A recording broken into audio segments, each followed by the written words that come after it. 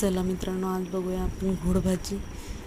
तर हरभऱ्याची डाळ वाटीभर घेतली मी आणि गोड भाजी, ती भाजी स्वच्छ धुवून घेतली, तोडून घेतली, धुवून घेतली आणि नंतर कापून हरभऱ्याची डाळ आणि गोड भाजी शिजायला टाकली.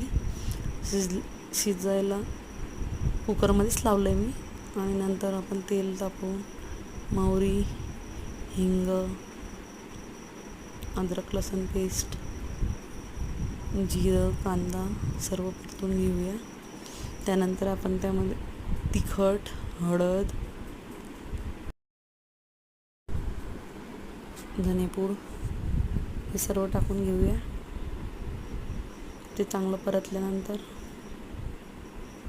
जी आपली शिजलेली भाजी, थोडं पाणी सोडून कोथिंबीर टाकला.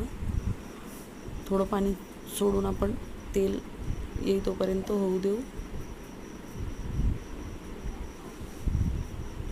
त्यानंतर जी आपली शिजलेली भाजी आहे ती आपण त्यामध्ये टाकून घेऊ. ती रवीने फिरवून घेतल्यानंतर